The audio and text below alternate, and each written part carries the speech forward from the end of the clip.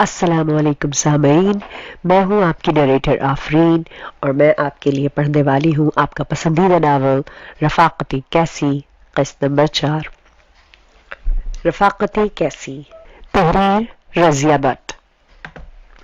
سنبھل جاؤ صاحبزادے، وہ آگ ہے آگ، اسے پکڑو گے تو جل جاؤ گے۔ باز آ جاؤ، اس کے متعلق سب کچھ جانتے ہوئے بھی اس دیوانگی سے اس کی طرف بڑھ رہے ہو۔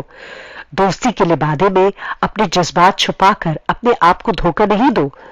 حرج کیوں نہیں، وہ ایسی دلدل ہے جس میں تم پھنس گئے تو پھر پھنستے ہی چلے جاؤ گے، نکلنا ممکن نہ ہوگا۔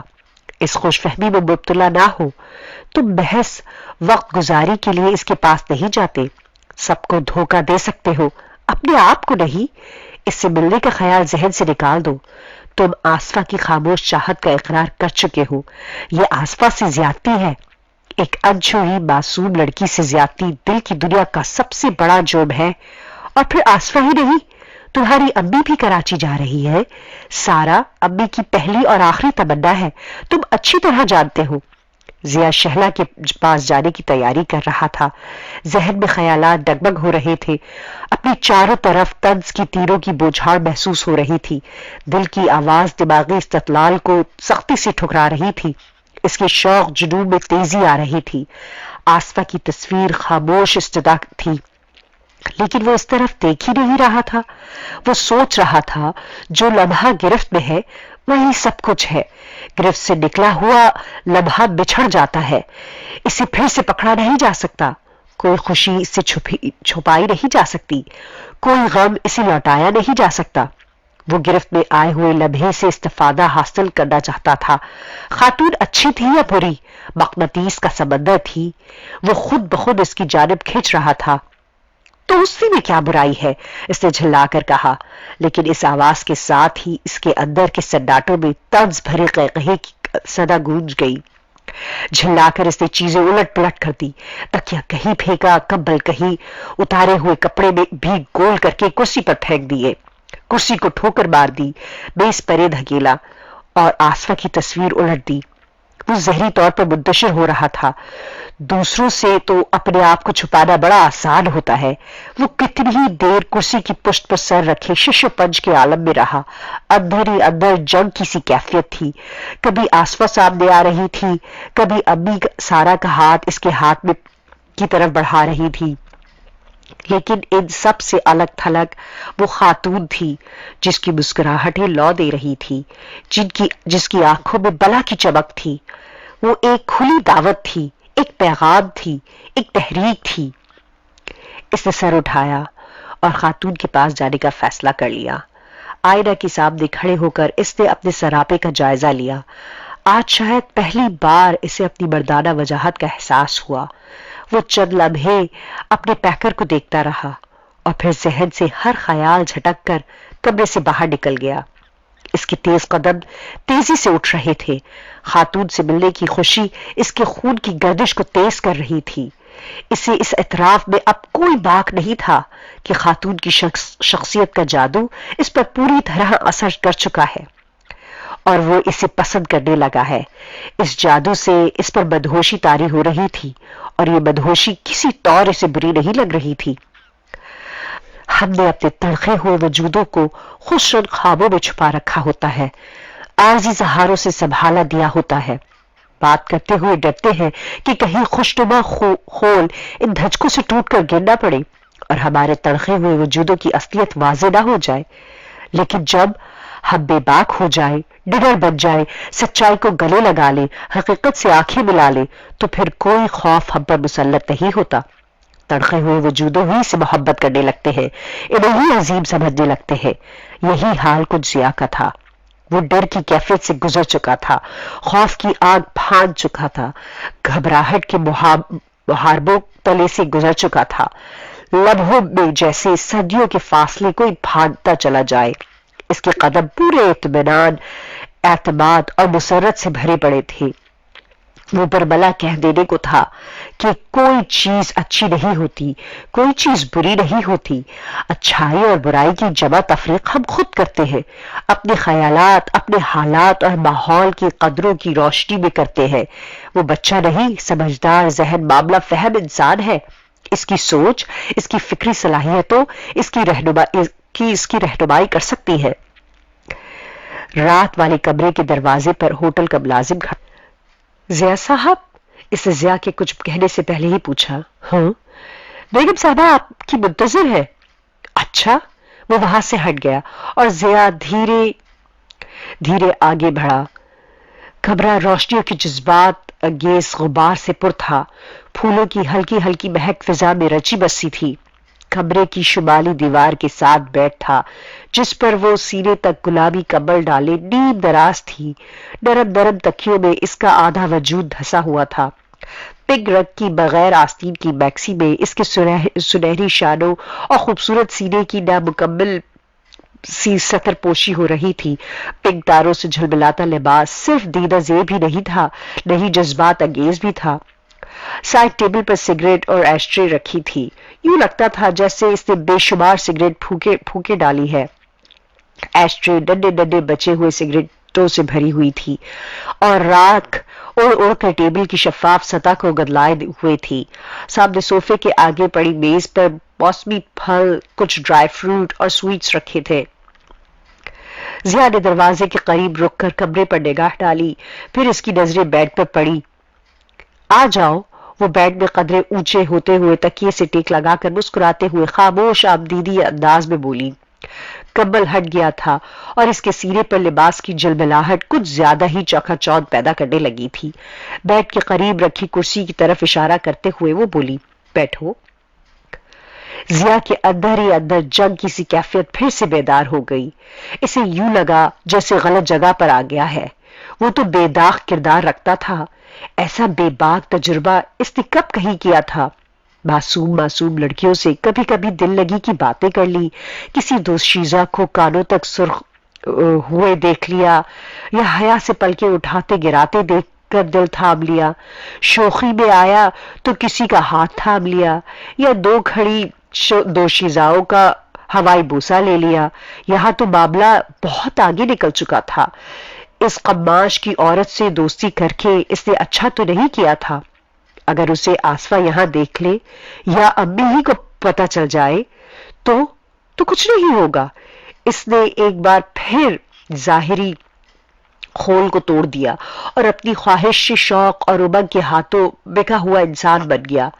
معاف کرنا، میں بستر میں ہوں، وہ سگریٹ کی ڈبیا اٹھائے ہوئے بولی۔ طبیعت خراب ہے کیا؟ ضیاء نے پوچھا۔